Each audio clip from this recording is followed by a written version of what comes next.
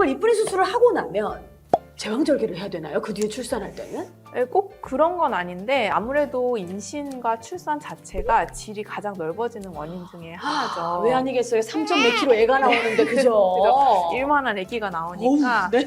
그래서 아무래도 이쁜이 수술을 하고 나서 출산을 하면 또 넓어지게 될 것이고 두 번째로는 이제 한번 이쁜이 수술을 했던 질은 더 많이 찢어질 가능성이 높거든요. 아이고, 예. 그러니까 차라리 출산 계획을 다 하시고 나서 수술을 계획하시는 게 좋습니다. 그때도 늦지 않는다. 아, 좋습니다. 아주 속 시원한 대답이 된 것 같은데요. 이번에는 60대 여성분입니다. 안녕하세요, 선생님. 저는 옛날에 예쁜이 수술을 했습니다. 아무래도 수술이 좀 잘못된 것 같아요. 폐경이 오니까 질도 건조한데 입구만 좁아져가지고 사는 게 영 재미가 없네, 얘. 저런. 이런 경우 재수술해야 됩니까? 라고 물어주셨습니다.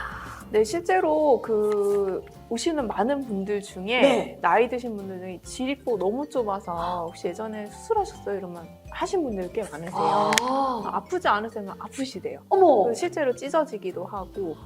근데 이제 입구만 좁혀놓은 수술을 예전에 받으셨을 때는 또 입구는 엄청 좁은데 안에는 항아리처럼 넓어서 겉에는 아픈데 안에서는 헛도는 거죠. 어머. 네, 그래서 이런 경우에는 저희가 통증이 심하시면 트는 수술을 하기도 하고 반대로 입구는 터드리고 안에는 좁혀드리는 수술을 하기도 합니다. 굉장한 기술이네요, 선생님. 원하는 대로 지금 다 된다. 요술 마법사예요, 마법사. 조민경 마법사님. 아니, 선생님, 그러면 재수술은 해도 괜찮은 건지 궁금해 하실 것 같거든요.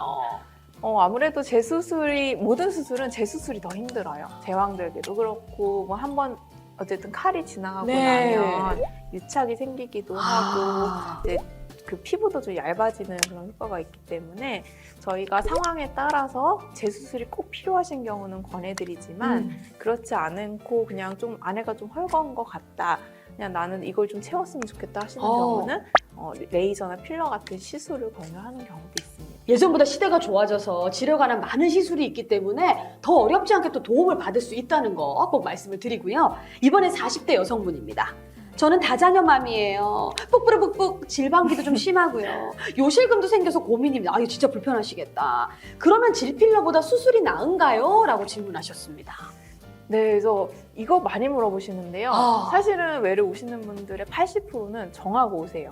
마음을. 네. 본인이. 근데 아무리 얘기해도 답정 넣어. 이거 할게요, 선생님. 맞아요. 그냥 결론을 내고 오시는 경우가 있는데 이제 비용적인 것도 생각을 해야 되고 네. 그리고 기능적인 것도 생각을 해야 되는데 아무래도 이제 이쁜이 수술은 수술이다 보니까 회복 기간이 조금 오래 걸리고 얼마나 걸립니까? 한 6주에서 8주 정도 걸리죠.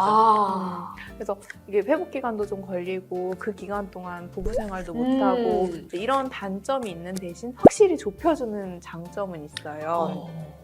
반면 필러의 경우에는 바로 일상생활도 가능하지만 문제는 이제 유지 기간이 평생은 아니고 어느 정도 정해져 있고 두 번째로는 이제 너무 넓어서 많이 채워야 되는 경우는 아무래도 비용적 부담이 될 수가 있고 그러면 수술 쪽으로 권하는 경우도 있습니다. 근데 이제 사실 기능적인 면, 예를 들면 내가 성감을 잘 못 느끼는데 조금 더 느꼈으면 좋겠다, 이 성감적으로 좋아졌으면 좋겠다는 부분은 사실 수술보다는 시술이 더 좋기는 하거든요. 그렇군요. 네, 그래서 제가 이런 환자분들의 니드에 따라서 이렇게 말씀을 드리는데 앞에서 말씀드린 대부분은 정하고 오세요. 근데 이거는 내가 원해서 하는 거기 때문에 이제 그런 니드에 내가 원하는 거에 대해서도 맞춰드리는 편이에요. 이렇게 생각하면 쉬우실 것 같아요. 쌍꺼풀 테이프 붙이면 그날 떨어지잖아요. 근데 수술을 하면 오래 가잖아요. 그런 것처럼 약간 그렇게 조금 비교를 해보시면, 왜냐하면 피부나 질과 다 똑같다고 선생님이 말씀해 주셨기 때문에 그렇게 이어가는 게 맞는 것 같은데요. 근데 이게 수술 시간이 오래 걸리진 않을까? 왜냐면 회복 기간도 이렇게 좀 길다고 하니까 어떻습니까?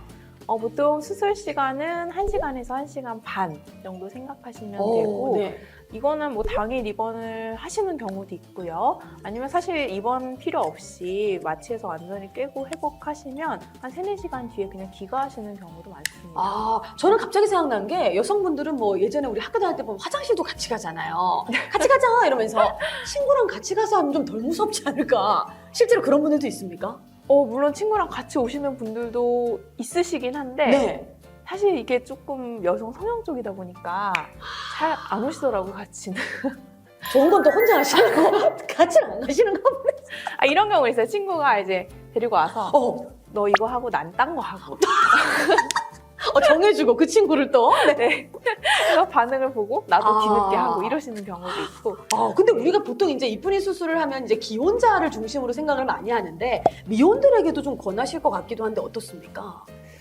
사실 저는 개인적으로 미혼이신 분들께 수술을 크게 권하진 않아요. 왜냐면 내가 살면서 인생 계획이 바뀔 수도 있고 네. 실제 요즘은 워낙 이제 아기를 안 낳겠다는 분들이 많으셔서 네. 실제 30대 때부터 나는 수술할게요 이렇게 하시는 경우도 있으시긴 하거든요. 하지만 근데 개인적으로는 굳이 젊을 때 왜 일찍 수술을 하는 것 자체가 아까 말씀드린 제 수술은 더 힘들기 때문에 그냥 젊을 때는 충분히 나이도 젊고 탄력도 네. 있고 하니까 시술 같은 거로 관리를 하시다가 나중에 안 되면 수술하세요라고 하는 경우도 있죠.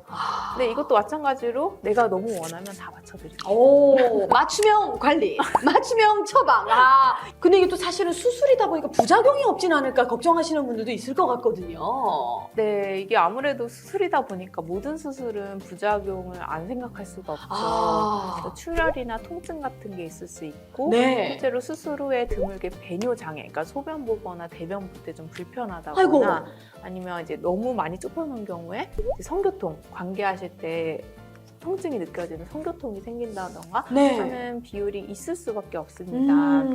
그래서 이런 수술적인 걸 나는 감안하고 싶지 않다라고 하시는 분들은 이제 시술을 하시게 되고 특히 나이가 많고 폐경이 되신 지 오래되신 분들은 질벽도 엄청 얇고 약하시거든요. 그렇죠. 그래서 실제 수술하면 이렇게 젊은 분들과 다르게 이렇게 종이장 찢어지듯이 이렇게 찢어지시는 경우도 있으세요. 그렇게 연약한 부분이군요, 진짜. 그렇죠. 그래서 나이가 너무 있으시거나 이전에 수술을 하신 경우는 시술 쪽으로 한번 생각해 보시는 것도 좋습니다. 그렇습니다. 수술은 또 위험한 부분도 있다고 하니까 물론 선생님 잘 해주시지만 사람마다 몸이 다르니까 이런 부분도 꼭 좀 챙기셔야 될 것 같은데요. 우리가 나이가 들수록 주치의가 있고 없고는 삶의 질이 달라집니다. 근데 정말 질 건강은 삶의 질이 진짜 달라지겠네요, 선생님. 네.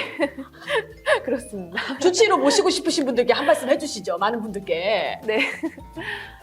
수술이 무서우시면 상담만 받아보시고 고민해 보셔도 되는 거니까 일단은 내가 불편한 게 있거나 밑 빠지는 느낌이 있거나 내 상태를 한번 체크해 보고 싶으시면 언제든 편하게 방문해 주시면 되겠습니다. 맞습니다. 병원의 문턱이 낮을수록 삶의 질은 높아집니다. 그리고 여러분들이 궁금한 점, 여성들만 나누고 싶은 속 깊은 이야기 이런 얘기도 다뤄주세요 라고 댓글 남겨주시면 저희가 또 다음 주제로 정해서 여러분께 찾아오도록 하겠습니다.